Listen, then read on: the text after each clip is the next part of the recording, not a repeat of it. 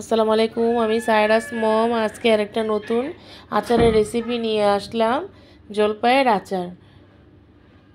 ভিডিওটা প্রথম থেকে লাস্ট পর্যন্ত অবশ্যই দেখবেন, তাহলে বুঝে যাবেন আমি কিভাবে আচারটা তৈরি করব।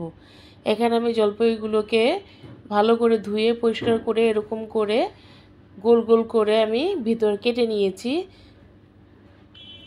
কেটে নিয়ে এরকমভাবে কেটে নিলে শিরাগুলো একদম ভিতরে যাবে সুন্দর।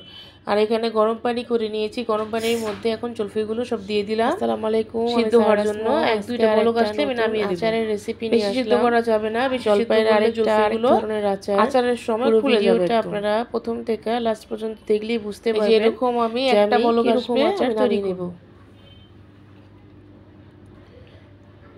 প্রথম জলপাইগুলোকে আমি ভালো করে ধুয়ে জলপাইগুলো সিদ্ধ হয়ে মানে আস্তে আস্তে থাকবে, চাকু দিয়ে সাইড আমি ঝুরিয়ে রেখে রেখে আর এখানে আমি গুড়ের শিরাটা তৈরি কেটে নেওয়ার পর গরম পানিতে সিদ্ধ করে নিয়েছি। একটা বলক তুলে নিয়েছি, কিন্তু আমি তুলে ঝরিয়ে রেখেছি। আর এখানে আমি নিয়েছি খেজুরের গুড়, সেই গুড় দিয়ে খেজুরের গুড়টা আমি এখানে আমি একটা প্যানে অল্প কড়াইতে পানি দিয়েছি। খেজুরের গুড়টা পানিতে তৈরি করে নিব।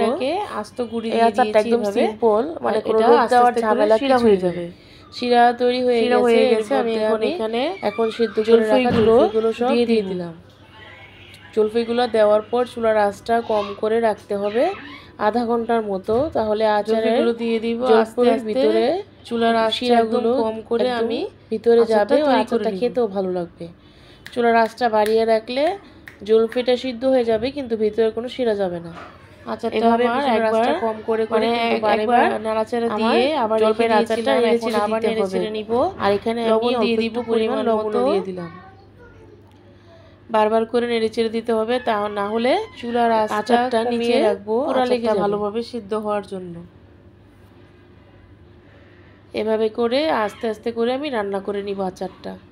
এভাবে আচার তৈরি করে রোদের ঝামেলা কম রাখতে হবে, না হলে আচারটা আমার রোদ শীতের সময় অত রোদের তাপ থাকে না, রোদটা একটু কম। এখানে ভেজে রাখা জলপাই সিজনই হলো শীত আর শুকনো মরিচ, তাই জন্য এই আচারটা তৈরি করলে রোদ দিতে হবে না। ঘরে আপনারা করে নিয়ে ফ্রিজে রেখে 1 বছর খেতে গুলো দিয়ে দিব। দিয়ে দিলে পরে কালারটা অনেক সুন্দর আসবে। এখানে আমি 5 ফোড়ন গুঁড়ো করে নিয়েছি। 5 ফোড়ন আর শুকনো মরিচটা টেলে, খালি শুকনো খোলায় টেলে আমি ঠান্ডা করে গুঁড়ো করে নিয়েছি, সেই 5 ফোড়নটা আমি দিয়ে দিলাম।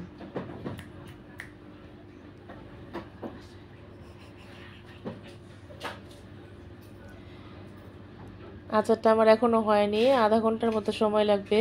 আচারে দেখেন আচারটা আমার তৈরি হয়ে গেছে, কালারটা দেখেন আমার চেঞ্জ হয়ে গেছে। এই সময় হয়ে গেছে, আমি নামিয়ে নেব, হলে আচারটা তিতো লাগবে। একটু শিরা থাকলে নামালে ভালো, নামিয়ে ঠান্ডা করে শুকিয়ে পরিবেশন করে দেখাবো। আচারটা পুরো কমপ্লিট, এখন সুন্দর হয়েছে, খেয়ে দেখাতে পারলাম না, মজা হয়েছে আচারটা। দেখেন কত সুন্দর একটা দারুণ একটা কালার আসছে। এভাবে ঘরে তৈরি করে খাবেন, বাসায় তৈরি করে কমেন্টে জানাবেন, আর আমাকে কমেন্টে জানাবেন কেমন হয়েছে। আসসালামু আলাইকুম, সবাই ভালো থাকবেন, সুস্থ থাকবেন, আল্লাহ হাফেজ।